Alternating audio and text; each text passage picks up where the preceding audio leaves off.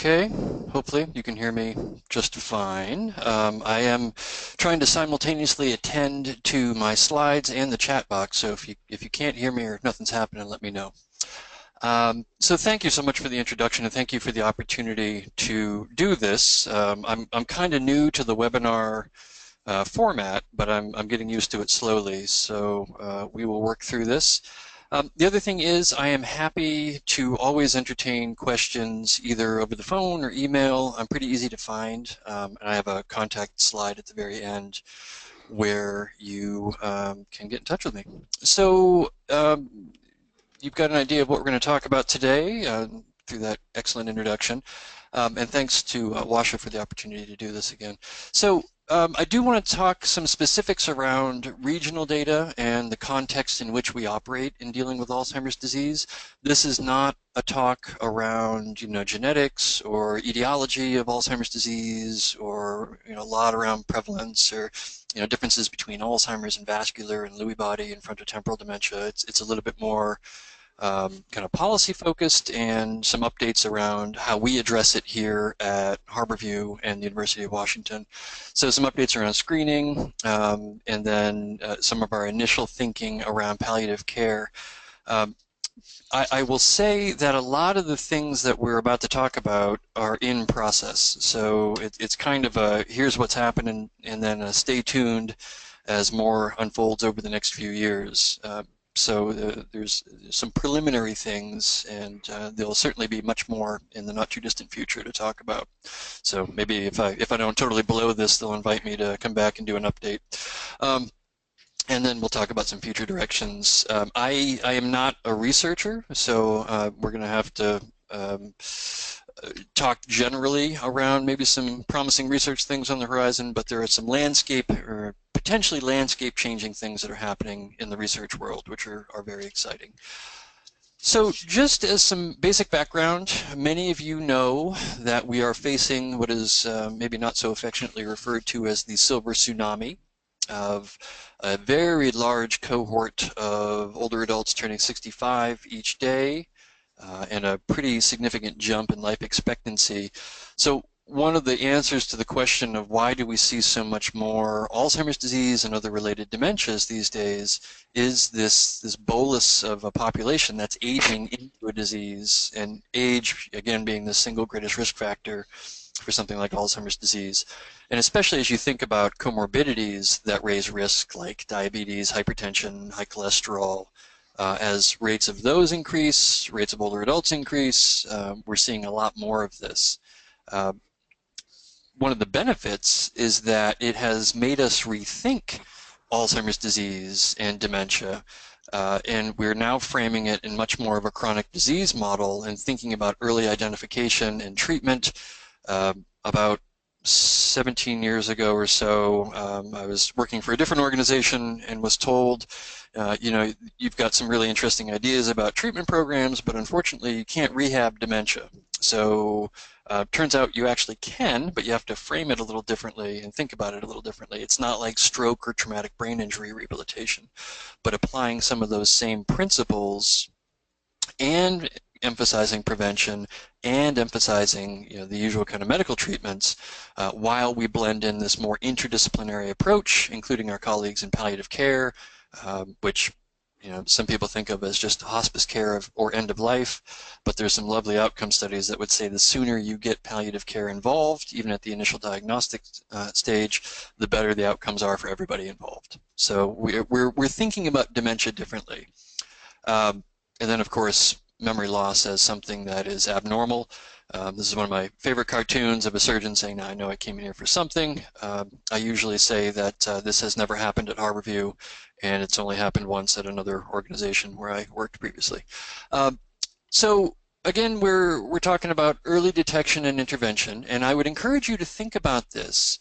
If you look at the date on this, it's 2012, so it's it's edging on 5 years now, but it's still a fairly revolutionary concept that has not been embraced by all providers and certainly all disciplines, but that Alzheimer's disease is something that begins much earlier than its average symptom onset of 65. So the 0 point on the x-axis down here would be about 65 years old, which is about when we start to see clinical symptoms, meaning memory loss, word-finding problems, executive dysfunction.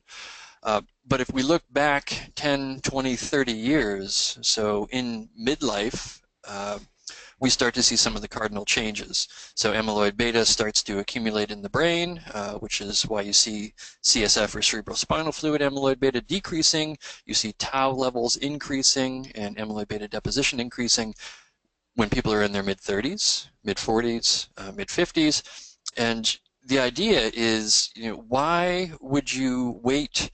Why would you wait to diagnose or treat something when it may be too late, right? We don't wait to diagnose and treat diabetes until someone's lost vision or maybe one of their toes. Why on earth would we wait to treat Alzheimer's disease until someone's lost memory? Especially now that we have diagnostic tools to detect this earlier than clinical symptoms or an office visit. The argument on the other side is, well, until we have a disease-modifying treatment or a cure, why on earth would you diagnose someone that early? And there are a couple of good reasons for that. And hopefully by the end of us talking about addressive modifiable risk factors today, you'll understand and endorse that same kind of early detection and intervention model. The other kind of healthcare economics around this that drive some of this, there's plenty of data that would say Alzheimer's disease is one of the most expensive diseases to treat. It costs more to treat Alzheimer's than it does diabetes, heart disease, stroke, and vascular risk factors combined. Those are $2,010. That number is now almost 3 times the combined level.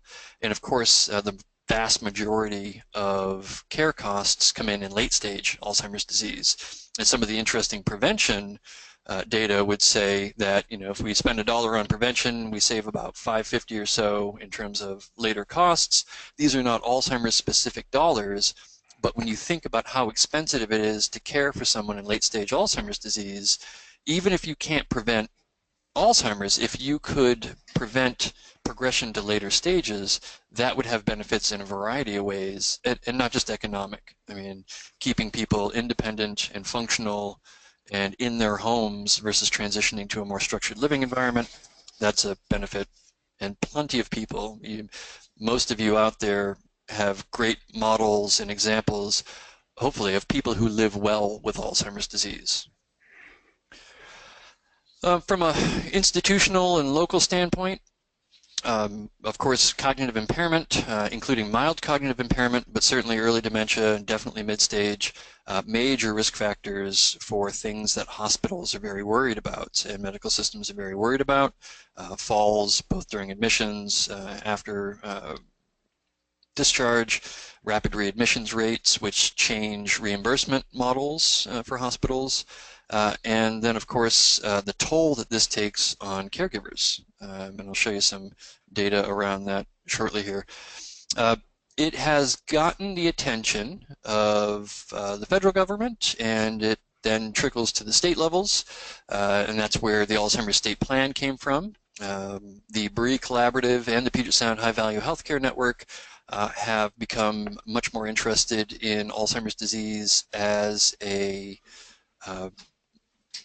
condition to address and tackle in terms of best practices, given that there's tremendous heterogeneity within systems, across systems, in terms of how we deal with cognitive impairment.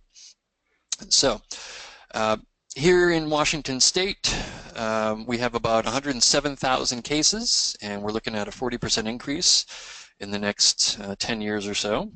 So those are pretty staggering numbers from a local standpoint. It is the third leading cause of death here in the state of Washington, and we have the third highest rate in the U.S. We are outpaced only by North Dakota and then South Dakota in the number 1 and number 2 spots. And there are 2 reasons for that. One is my colleagues out there tell me that there's nothing to do for young folks, so they all leave. It means an older population in general. More seriously, the Dakotas and Washington have done an admirable job of designating Alzheimer's disease as a cause of death when it is a either primary or contributing cause of death, instead of just saying it was respiratory failure or pneumonia or infection or some other thing that's related to Alzheimer's or another dementia. So that's much better record keeping, and it's a much better public health approach. If we look at who provides care, this is certainly an attention getter, that we've got almost 325,000 unpaid family, not always family, but often family caregivers, and that racks up to about $4.5 billion in how much that would cost to provide that care if caregivers weren't doing it on their own. And of course, the health toll is huge. That's about $200 billion for caregivers when they actually have a chance to get out and get their health care. Again, as you all know, typically people who are caregivers put the health care of the care recipient above and beyond their own. So you can imagine from again, from a public health and a state level, when you look at Medicare and Medicaid dollars, what would happen if 10% of these caregivers were no longer able to provide care? You know, where are those millions of dollars going to come from? And what are the right things to be funding, right? So there's lots of interest in this. And the photo that you see on this slide is Governor Inslee signing in the state plan once that was created and drafted, and that's Bob Leroy, who is, looks like he's harassing him with extra ribbons to his right there, and Bob is the executive director for the local chapter of the Alzheimer's Association.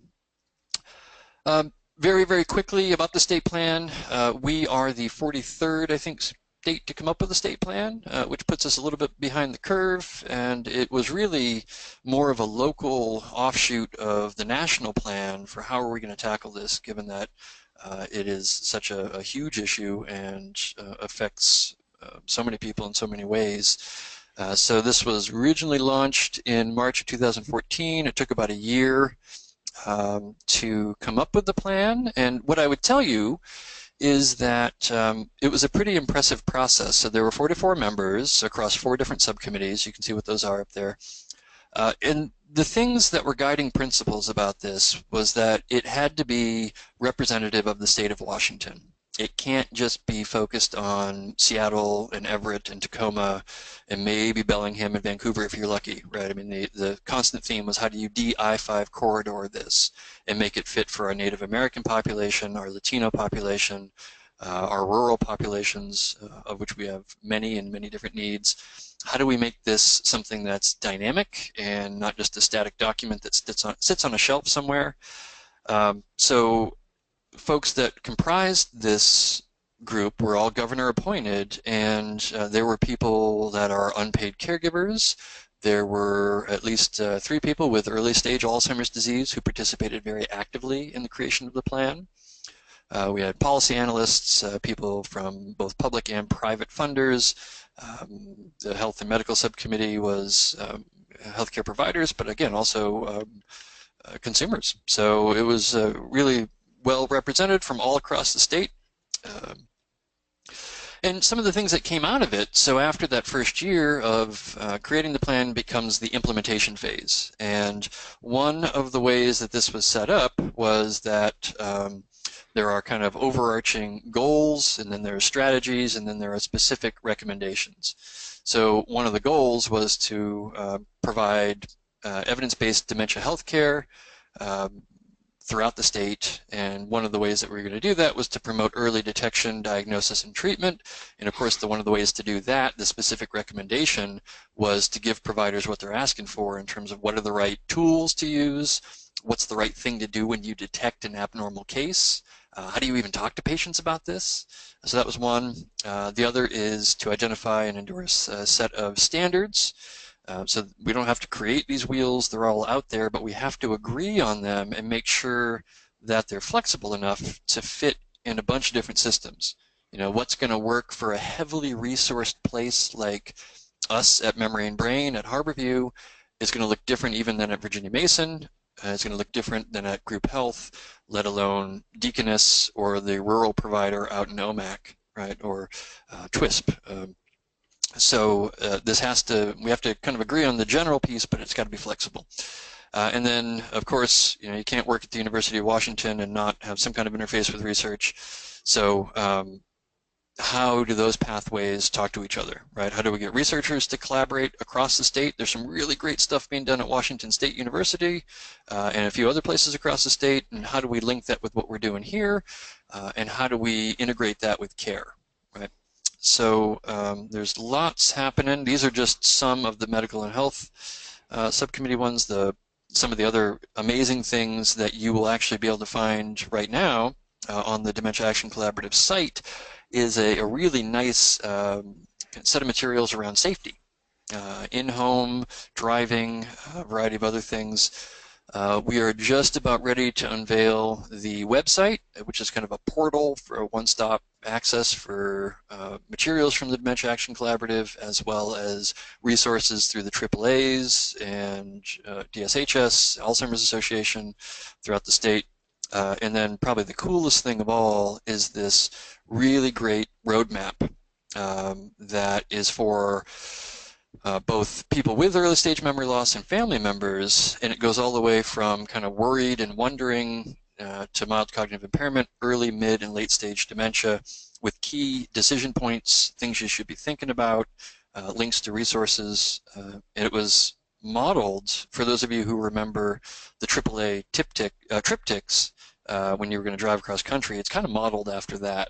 So it's at the graphic designer at the moment and should be ready to go here shortly. So keep an eye out for that. A little bit of data. So when we created the state plan, we did not do so in isolation. We did a public input survey and had over 2,000 responses from all around the state. And the big take home here is not just how hard it is to get a diagnosis, and I'm not telling you anything you don't know, but were the statistics around primary care providers. And we've often thought that primary care providers are on the front lines. They're going to be on the front lines. There's a shortage of neurologists. There's a shortage of geriatric psychiatrists, geriatricians. So it's going to be primary care who is saddled with the lion's share of doing this work, and that's who patients are going to go to. It's the friendly face that they know and trust, but look at the stats in terms of what happens when they did that. 20% no information at all. Only 7% were actively referred to agencies, whether DSHS for COPES or respite care or the Alzheimer's Association for early stage memory loss programs. So big needs here. And then of course we didn't want to leave out primary care providers, so we surveyed them as well. And what you find from the 250 or so who responded, from again all around the state, and mostly either MDs, DOs, ARNPs. There were a number of psychologists who responded as well. So thank you to my psychologist and neuropsychologist colleagues. I see at least a couple of you on the attendee list. We found that the vast majority of primary care providers said, absolutely, screening is important, we want to do it. About half have some protocols and parameters from their organization about what to do, when to do it. About half were unaware that it's actually a federal mandate to do this as part of the Medicare annual wellness visit. And then disentangling what you should do and what you should do when you find an unusual case is even more convoluted. Not a lot of guidance from Medicare about that. And then, half screen when they've got a concern, and the majority still use the mini mental status examination test, which is undersensitive, especially for early cognitive impairment. It's got pretty poor sensitivity and specificity for Latino and Native American populations. It's got major education bias, so it's not the best instrument. And also, technically, if you're using it, you have to be paying for it. It is copyrighted, and there's some stories about other organizations having to disembed it from their medical record because they weren't paying the copyright fee. So, and there are better tools out there. And then, of course, the vast majority, or the majority, said it's time. I don't have time to do this. The Medicare annual wellness visit aside, where there is time built in and it's a reimbursable visit, doesn't have to be done by a provider either, which is interesting. But always time's a huge barrier. So that led to some work around, primary care providers want to do the right thing, and we have known that from day one. and they've got minimal training and minimal experience other than those who seek it out actively in terms of what to do and then how to do it and how to link with places like Memory and Brain or the Memory Wellness Clinic at Virginia Mason. So about 45% of patients with dementia have a diagnosis in their medical record. And there are a variety of problems with that. One of the main ones is what happens if the primary care provider is not around and someone else is interfacing with that patient. They have no idea, right? And it doesn't take much thought by primary and other care providers to realize that dementia and cognitive impairment is kind of an index variable that shapes how people do diabetes. It shapes how they do and manage their other vascular risk factors. It's a major factor in all the intra-visit calls that come to the office around behaviors and all these other things. And again, it comes back to well, we don't have good tools or pathways to diagnose, and even if we diagnose, then we don't know what to do, so we kind of just don't do anything. So one of the big pushes was to come up with something that is a better diagnostic tool that's brief and cost-effective and works pretty well. And we have validated a brief version of the MoCA, the Montreal Cognitive Assessment, which is about as quick as it gets. It's about 3 minutes, and it has about the same sensitivity and specificity as the MoCA itself, which is still the gold standard for screening, but at 14 minutes or 10 if you're really cranking somebody through. The MoCA is still too long in a primary care setting for a screening tool. A lot of folks use the MiniCog, which was developed by Sue Borson and colleagues here at the University of Washington years ago. MiniCog's great for frank dementia, but sensitivity and specificity for mild cognitive impairment is about 0.55 to 0.6, so it misses a lot. And in talking with Dr. Borson, she was quite clear that it was not designed to assess for MCI. So we've validated this. It's under review for publication right now. Hopefully it'll be out in the near future. But what Virginia Mason has done is to roll this out into the Medicare Wellness Visit and then come up with some really nice validation projects, both for people who are going in for complex spine surgery and then even elective surgeries. And I'm sure all of you can think of patients and families who have the story of, boy, I went in to get my knee done and I came out and I just wasn't the same. And I don't know if I had a stroke or an anoxic, event, or if it was anesthesia. Sometimes it's unmasking of cognitive impairment that was percolating in the background. But payers are very interested in these bundled packages about how are you going to decrease negative outcomes with elective surgeries, including delirium. So the other thing that Virginia Mason has done a lovely job of, and we're working on here in primary care at the Roosevelt Clinic and other neighborhood clinics, is then once someone screens in, what do you do? What labs do you order? What additional evaluations do you order? How do you start talking about driving? How do you re-examine medications and maybe get a little bit more aggressive about your management of vascular risk factors? And then, of course, what's the right kind of pathway for referral and interface with a specialty service? And as a neuropsychologist who works with a whole contingent, it's an embarrassment of riches here in terms of our expertise and our diagnostic services, and not everybody needs to come here, and we don't need to see them all. It's not great use of resources, but we need to have those pathways embedded in primary care and be able to continue to consult around that. So again, this is one of the things, keep an eye out for it. We were affectionately calling this tool the Skinny Mocha as a nod to Seattle coffee culture. I don't think the MoCA folks really enjoyed that too much, so we've now called it the Virginia Mason Cognitive Screener, a little less appealing title, but oh well. Talking a little bit about this clinic, we were created, due to barriers in early diagnosis, the fact that no one thing works great, right? I'm not going to share the data around efficacy for cholinesterase inhibitors and NMDA receptor antagonists, things like Aricept and Namenda. That data hasn't changed That data is really no better if you start these medications in mild cognitive impairment versus early Alzheimer's disease.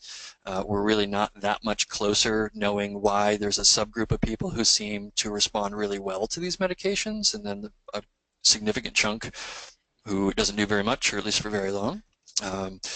But it's a complex disease, and it's a complex set of neuropsychiatric and neurological and cognitive symptoms that need to get managed. So for the complex cases, the unclear cases, I think that's a good kind of who fits for sending them over here, or if it's just the initial diagnostic question. So we're also focused very clearly on working with care providers around behavioral issues, and then the early intervention for risk reduction. And that is where I think the state of the art is going to move in the near future.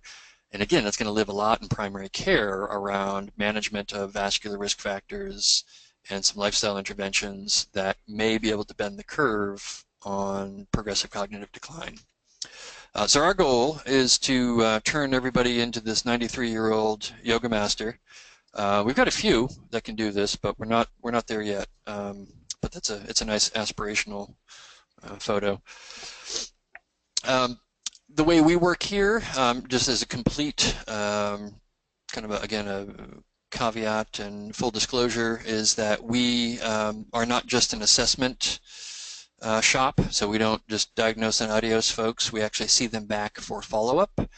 Half of what I do is related to the initial neuropsychological evaluation and the diagnostic evaluation. The other half, and my favorite half, is I do cognitive rehabilitation and rehabilitation-oriented treatments using that data and other data to help people compensate for cognitive changes and make some lifestyle changes that, again, show some promise for risk reduction. We partner with Rehab, and certainly we're tied tightly with the Alzheimer's Association, area agencies on aging. We've got some really cool partnerships with Dementia and the Fry Here Now Gallery, or Here Now program, the Fry Art Museum. So there's a lot going on in Seattle, and we've tried to integrate as tightly as possible. Why I bring this up also is that it's a model that's exportable, and maybe not with 3 behavioral neurologists, a geriatrician. We have, I think, 3 now, 4 geriatric psychiatrists. We have 4 neuropsychologists. So not at that scale, maybe, but this idea of these kinds of partnerships and linkages is replicable in Spokane. It's replicable in Wenatchee. So there's a whole variety of ways to kind of do this at different scale.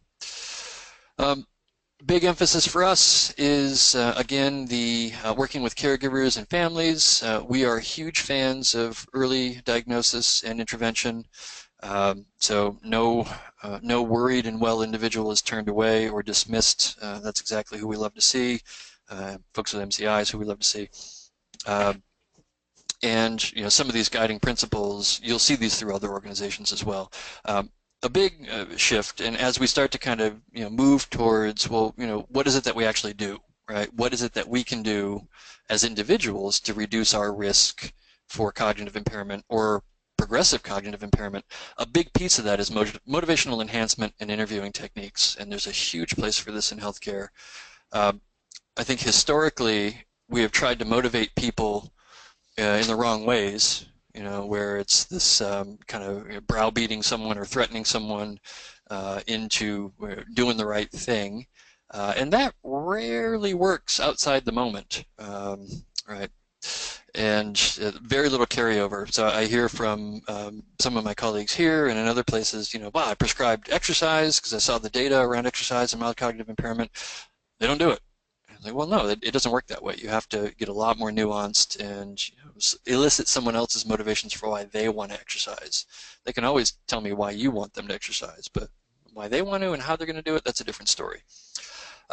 So as we transition a little bit into kind of some of the more promising recent data that I think tells the rest of the story from the PBS special, this is one of them. And this is what I find, and I use this slide daily.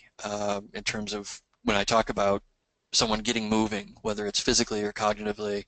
And this was groundbreaking stuff in terms of my training way back when was whatever you have upstairs in your brain, do your best not to lose any because you're not going to get it back. Unlike other parts of the body, you don't regenerate much in the way of cells in the brain. And then comes this study a couple of years ago now that actually shows, well, in 2 subregions of the brain, you actually can. What that actually means and how that works and interfaces with something like Alzheimer's disease is unclear, but it's promising. So this was a study that looked at randomizing people with mild cognitive impairment. And again, this type of MCI is early Alzheimer's disease. Not all types of MCI are early Alzheimer's disease.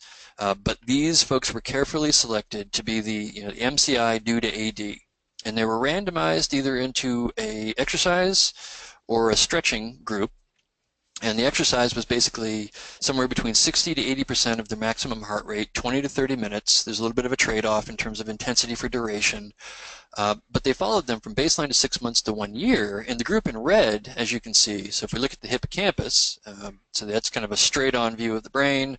That structure in yellow is the hippocampus, which is a critical structure in learning and memory.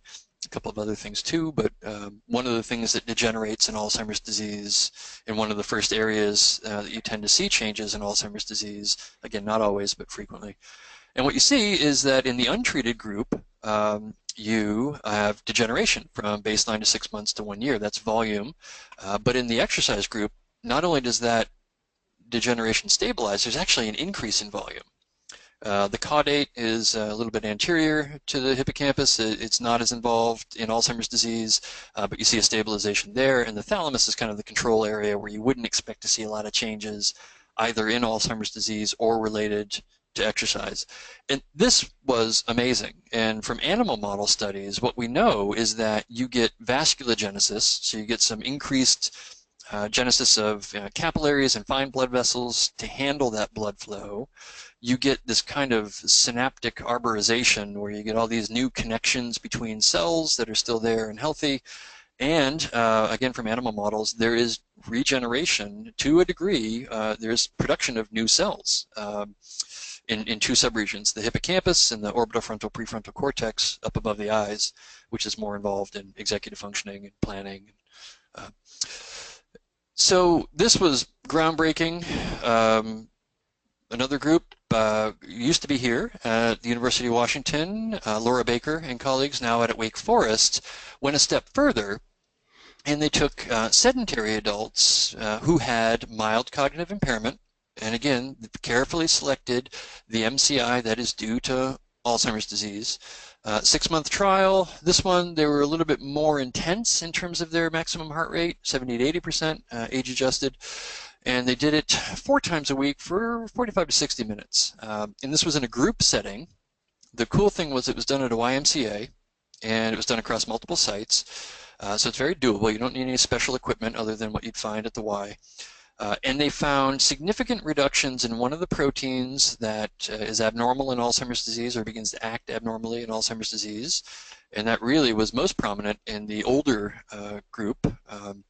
They found better blood flow to the frontal and the anterior, specifically the front part of the temporal lobes. And then they demonstrated significant improvements on memory, attention, and executive functioning, so planning and problem solving, error detection and monitoring. And for those of you who are skeptics, as am I, and scientifically inclined, you might think, well, maybe that's statistically significant, but is it clinically meaningful, right? If you only improve by 2 points on a memory score, it might be statistically significant, but what does it mean in terms of your actual memory? And when you go back and you look at the scores, it's a pretty significant jump. It's notable. The effect size is pretty astounding just from exercise. What that means in terms of ecological validity, in terms of how people do in their environment, don't know. They're actually looking at that now in terms of function. Does this mean somebody can manage their medications better, can drive more effectively? Don't know yet, but very promising. Also promising in terms of the bucket of things people can do to reduce their risk was this great study that came out of Rush that looked at, it was a prospective study, took about 1,000 people, 923, Followed them for 4.5 years, and these are all folks that would meet criteria for at least late middle-aged to older adulthood. They put them on the DASH diet, which is for hypertension, and the Mediterranean diet combined. They threw in a glass of wine just to get people to do it, I think, although that's also part of the Mediterranean diet. And they found in that 4.5 years that there was a 53% reduction in who developed Alzheimer's disease for people on that diet. And that was astounding, right? And again, this, if you look at all the dietary and anti-inflammatory kind of interventions, it seems to be a Mediterranean diet that is the best studied and has the best and most reliable, or at least consistent outcomes. But this was the first to look at this kind of in a huge scale as an intervention, at least prospectively. Now it's being done as an intervention for people who have mild cognitive impairment. So the question here would be, if this diet, probably via mediating inflammatory pathways and decreasing risk from inflammation, which is a pathway to Alzheimer's disease, it's one of the pathways, could it work as an intervention for people with early Alzheimer's disease or mild cognitive impairment? Because what they did not answer in this study was, do people still go on to develop it, but it's either delayed or it's less clinically significant? Right? I mean, do people still have the plaques and tangles, but they don't manifest in ways that disrupt function or even cognition? So that's to be determined, but interesting stuff. And, you know, again, in terms of things you can do, this is not a huge radical shift. You can see the 5 things to avoid and the 10 things that are kind of encouraged. I would direct you to this original study published in 2015. It's worth reading. There's a summary on the Rush website, but this is quite good. From another kind of what can people do and how do we help them do that? So from a cognitive rehabilitation standpoint, and this doesn't need to be done by a neuropsychologist per se, there are rehabilitation psychologists that can do this. Speech and language pathologists and providers typically do this kind of stuff. One approach is, you know, restitution of internal structures, which means kind of strengthening them up or capitalizing on neuroplasticity to work around areas of damage. So that's more kind of internal based, versus compensation, which is using external things to help compensate for what's not working so well internally. And some of the internal things that we do, I won't go through all these, but, you know, teaching people mnemonics. So yesterday I did this very thing with a gentleman and came up with a mnemonic that made him laugh so hard he almost passed water through his nose. So I'm thinking he's going to remember that, right? So we do that. Spaced retrieval, which is a classic kind of tried and true thing, which is just either spacing out episodes of practice to get longer and longer, so you're doing it right at the cusp of forgetting, or you can do that kind of within an episode of practice. So there's a variety of these kind of evidence-based approaches to help with memory, and you do different ones depending on if it's an encoding problem versus a storage problem versus a retrieval problem. External devices, I am consistently impressed with the technological fluency with our older adults, people in their 80s and 90s who are facile with an iPhone or Android or whatever your platform may be, but maybe don't maximize those or haven't optimized them to have less visual clutter and bigger fonts and all that good stuff. I'm also consistently amazed at how sophisticated Medisets get, and boy, to get somebody using a Mediset with an audible alarm when they have minimal cognitive impairment and may not quote-unquote need it at that point allows us to capitalize on procedural memory as things continue to decline. So there's lots of options and lots of options within this. Again, these are all tried and true. Some of them come out of the traumatic brain injury literature, some from stroke, all applicable with modification and some creativity for Alzheimer's disease and progressive dementia. So this is something else that we offer, and again, we're not the only shop in town that does this. Lots of questions, typically around brain training and activation. You know, what should I be doing? Should I be doing Lumosity? Should I be doing Brain HQ? And what I would say about that is there is some nice evidence, especially from the active trial that's about to be published, looking at speed of processing, training people up on speed of processing versus memory-related tasks or reasoning training.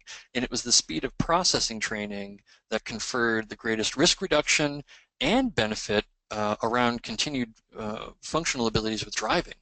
And it looks an awful lot like this cognitive training task from NeuroRACER, which is very clearly modeled after a driving task where you have people pay attention either to one thing, either the driving only, the sign only, and respond when it shifts from green to red, or they have to respond to both. So you got to track the car, keep the car within the lines, and then respond when that signal changes up top. And what you find is that with cognitively healthy older adults, when you train them up in how to do this over the course of about a month, an hour, 3 times a week for a month, 6 months later, their results look as good, if not even better, than those of younger adults. Again, these are cognitively healthy, and this is brainwave activity, which tells us something about how the brain's working, but not perfect in terms of assessing internal mechanisms and how things are going. But this fits very closely with what was published in the active trial, and particularly around dose response. So the 5 times a week for an hour a day actually has less benefit than about an hour, 45 minutes to an hour, 3 times a week, and you need a rest day in between. So there's some emerging evidence around that. You have to be a careful consumer, right? And you're probably at least passingly familiar with things like Lumosity or Nintendo Brain Age. You may have seen the Federal Trade Commission's fines for Lumos Labs and the $2-point-something million fine that they ended up paying for making claims about being able to prevent cognitive impairment and Alzheimer's disease, which were unfounded. That data does not exist. What I would say about things like BrainHQ, which has a little bit better data, is it's a nice kind of a cognitive activation paradigm. If you don't have other ways to keep your brain active, it doesn't take the place of cognitive rehabilitation. It may help. Worst case scenario is it keeps you entertained and maybe provides some activation, but it's not the be-all, end-all, and it's not the only thing one would need to do. I just saw an audience question that asked about getting a copy of the slides. There is a PDF that will be sent out to you afterwards. So, and it's got all these and a bunch of references. Okay, so let's see here. So shifting also to another thing that is in the wheelhouse of things people can do. We know that there is a significant relationship between stress and cognition. Probably mediated through cortisol and other stress hormones, decreases in brain-derived neurotrophic factor, a few other things, and that in key parts of the brain that are involved in memory, including the hippocampus, which you can see depicted a little differently here in this slide on the left, that actually shrinks, and parts of the prefrontal cortex shrink. The amygdala is something that gets bigger under chronic stress, but then shrinks, and it gets bigger because it's part of the threat appraisal and detection system. So it's kind of hyperactive and then can't sustain that and gets smaller. And you can see animal model cell data there in terms of what a normal neuron looks like in the prefrontal, dorsolateral prefrontal cortex, and then what it looks like under chronic stress, and same thing with the amygdala and the orbitofrontal cortex. So again, some stress is good, too little is probably not good, too much is definitely not good. And we know that one of the primary ways to deal with stress would be to either change your stressors. Good luck with that. Especially if it's something that's not a modifiable factor. Having memory loss is probably not a hugely modifiable factor in terms of it's going to continue to stress you out. But there's some really nice data around mindfulness-based stress reduction interventions for dealing with stress, and then outcome data around blood pressure, cholesterol, other health metrics, and a lot of this comes out of University of Massachusetts Medical Center from Amherst with John Kabat-Zinn and colleagues. I am data-driven, and here's a kind of a summary of a few different studies that look at what happens in the brains of people who meditate and how are they different from the brains of those who don't, and all kinds of different types of meditation. The one I would draw your attention to is the Wholesale article here, which was mindfulness-based stress reduction. And the reason that I think this one's important is that these people had 0 years of experience. So these were novice, naive, no meditation experience. And what they found in this was some significant changes in the thickness of cortex and some involvement of other cognitive symptoms. What you see is kind of a strengthening of these white matter networks that now have a, how does that factor into our risk for Alzheimer's disease or other cognitive impairment? There haven't been a ton of studies done on this, and the sample sizes are incredibly small. These are hard studies to do in some ways. But the proposed model here is that by decreasing hypertension, improving cholesterol control, better improvement for mood, lower levels of anxiety, these might reduce risk of Alzheimer's disease. So there might be some indirect pathways there. A lot of studies would say that those who meditate have better blood flow in certain regions of the brain, especially the anterior cingulate gyrus and parts of the medial frontal lobe. White matter networks are strengthened and protected. Inflammation goes down, decrease in cortisol, which is also inflammatory and neurotoxic. There may be some downstream effects, especially for men who don't have a ton of tools for how to deal with stress. Women too, some, but decreased alcohol intake. So could be direct, could be indirect, don't know. What we do know, though, is from a couple of studies that have been done, taking folks who have had no meditation experience and teaching them how to do it over about 8 weeks. Again, small samples here, 15. We've got 3 with Alzheimer's disease, 5 with MCI that was due to Alzheimer's disease, 7 normal controls. They found improved blood flow to the prefrontal auditory cortex, reduced blood flow to the parietal lobes, which at first doesn't sound so good, but when you conceptualize that as a re-regulation of the default mode network, that's actually a good sign. And then, of course, they do better on tests that are associated with some of those same structures and areas. Here's a picture of what that looks like, and you see the improvement in blood flow. This is red and orange are better blood flow, increased activity. Blue is none. This is the ventricles. You wouldn't expect any there. So you see an improvement in the anterior cingulate gyrus and the dorsolateral prefrontal cortex. So I'm looking at the time, and I'm thinking that maybe we can move to questions here. I do want to just very quickly talk about some of the work we're doing with palliative care in dementia. You likely know that there's a huge increase in number of deaths related to Alzheimer's disease, while most of the other common forms of death have decreased over the last 10, now 17 years. One model that has been proposed for integrating palliative care, which fits for dementia care, is the early involvement at the time of diagnosis, escalating across time as care needs change, and then hospice, at the very end of life. The only model adjustment I would make to this is that bereavement does not start at death. Bereavement starts at the time of diagnosis, usually for folks, that kind of ambiguous loss that happens. So that blue bar needs to kind of overlap that too. There are roles and places for palliative care everywhere, from communicating the diagnosis all the way to managing air hunger and terminal pain and delirium, all those things that happen towards the end of at the end of life. And these are not linear. They don't just happen in one place necessarily, but again, some nice models for how to do this. We know that about 20% of people with dementia actually use hospice services, and it's available.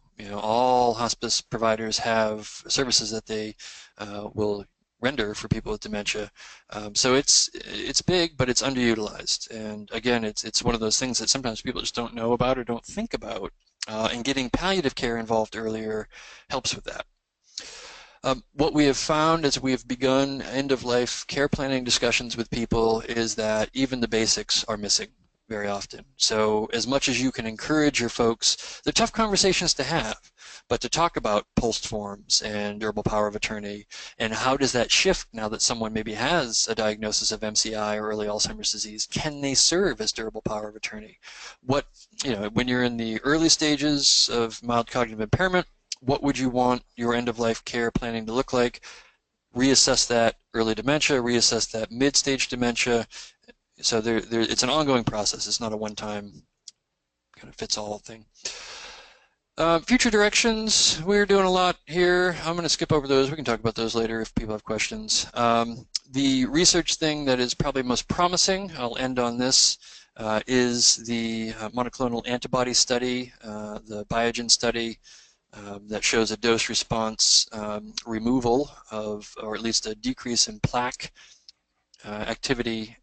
You can see here a placebo. So here, red is bad. The darker the red, the more amyloid beta. So here we see at baseline to placebo, no change. Actually, maybe a little increase in terms of the parietal lobes back here in the precuneus. 3 milligrams per kilogram all the way up to 10. A pretty marked reduction in amyloid beta. What that means in terms of function and cognition and when in the course of the disease this is effective, that's what the study continues to examine. But this is the most encouraging thing I have seen in the last couple of years. So there you go. A couple of resources, you'll have these on your slides when you get them. This is the website for the Dementia Action Collaborative, and down here in the lower kind of mid-right corner, the Dementia Safety Intro Kit. You can click on that. There's a bunch of stuff there, including links to both the executive summary and the full state plan. The Alzheimer's Association has some nice documents around living well with MCI and early Alzheimer's disease. If you're not familiar with Momentia Seattle, I would encourage you to visit that, check out the calendar. Doing some amazing work there in terms of, just recently did a dementia-friendly intergenerational folk dance thing with kids and adults with memory loss with early Alzheimer's. Incredible stuff. Areas on aging, tons of resources there too. Of course, this is where we live. I'm going to thank you, and then I'm going to leave my contact information up here, and it looks like there may be some questions that have floated through.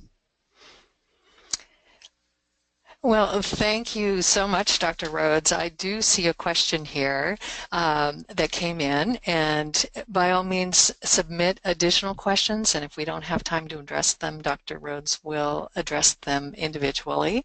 So the question we have is, are you using a ketogenic diet in your program, with Alzheimer's being called type 3 diabetes and its relation to insulin resistance? What do you think the research promise is with low-carb, high-fat ways of eating? Very good question. So, if you think about what the Mediterranean diet looks like, it's very much, it's different than the ketogenic diet. And there seems to be a subset of people who respond really well to that kind of an intervention. And you raise a good question about type 3 diabetes, and there's probably, just like there's an inflammation pathway to Alzheimer's disease, there's likely this insulin dysregulation pathway to Alzheimer's disease. And that, to me, makes a lot of sense as an intervention that might even work better than the Mediterranean diet for that subgroup of people who are on that pathway to AD. The challenge is we still have not done a great job at identifying who these people are, right? But that your question gets at the individualized precision medicine approach of, it's not a one-size-fits-all. And for this person, it would be more of a Mediterranean diet approach. For this person, it would be more ketogenic diet approach. And for this person, we're going to put them on this massive antioxidant regimen that seems to help. So I think it's got a lot of promise, and for certain subsets, it makes a lot of sense. But it wouldn't be something that we would advocate uniformly. Our geriatrician, Angela Hansen here, who is phenomenal, has done a lot of work around looking at different dietary interventions and kind of the evidence around diet and risk reduction and prevention, and she consistently comes back to the Mediterranean diet as a first place to look. So Okay. I guess that's how I'd answer that. Thank you. Another question, how can we get a parent's doctor to test for MCI if the patient parent is resistant to the diagnosis? HIPAA makes this difficult to communicate. And you had mentioned earlier to me that one of the most common questions you get is, how do you bring this up with your primary care doctor? So if you can respond to that. Yeah, so that's where if this is someone who is a Medicare beneficiary, it kind of lands in the it's business as usual. It's something that has to be done. Um, if they take advantage of their Medicare annual wellness visit. So it's a federal mandate and a stipulation of that visit to assess cognition by really not a really well defined metric or a way to do that, although that's part of the work that we're doing with the BRE Collaborative is to clarify that and say, well, yes, you have to do it, and here's how you do it, and here's how you talk about doing it. And it really is very much just like we screen for colon cancer with colonoscopies or breast cancer with mammogram, we're going to run you through this very quick cognitive screening. It's what we do, just standard care. But we're not all there, right? And I hear it from patients all the time. I hear it from primary care providers of I don't see the value in that. So we've got a lot of education to do. But one way to do it would be just to, if again they are a Medicare beneficiary, to advocate for the Medicare annual wellness visit, and maybe talk with the provider ahead of time in terms of, I don't know how you assess cognition, but here's some. The Alzheimer's Association has a really nice position paper on ways for primary care providers to do this, and it's available publicly and freely, so you might, I don't know, slip that under their door. But we've got a lot of work to do. And the point about HIPAA is well put. Okay, well, I think what I would can I add one thing to that? sure. So what I would encourage you to remember though is that HIPAA does not really have much to say around information you communicate to the provider. It's kind of the other direction. So patients can send letters and I've gotten 5-page single-space type documents from family members, and I've never acknowledged that I've even seen this patient, right? So that direction's okay, I think. That's a good suggestion. Since we're approaching 11 o'clock here, we have a few other questions, and we will have you get back to those individuals after the webinar. So for today, I'm just going to close out the webinar, and I want to thank you very much, Dr. Rhoads, for an informative, invaluable presentation with there's just so much going on, and it's really nice to learn all of the things that are going on in Washington State to plan for this explosion of Alzheimer's that is down the road. And so in closing, I just want to remind people that a PDF version of these slides will be sent to you in an email. We also are going to upload this recording, and that will be uploaded in approximately a week. We'll get the slides to you earlier than that. And we also are going to have another webinar at the end of April. We are going to have the consumer librarian at the University of Washington Health Sciences Library speak to us. So that should be really interesting. And I want to thank everybody for participating today and hope you have a great day. Thank you so much.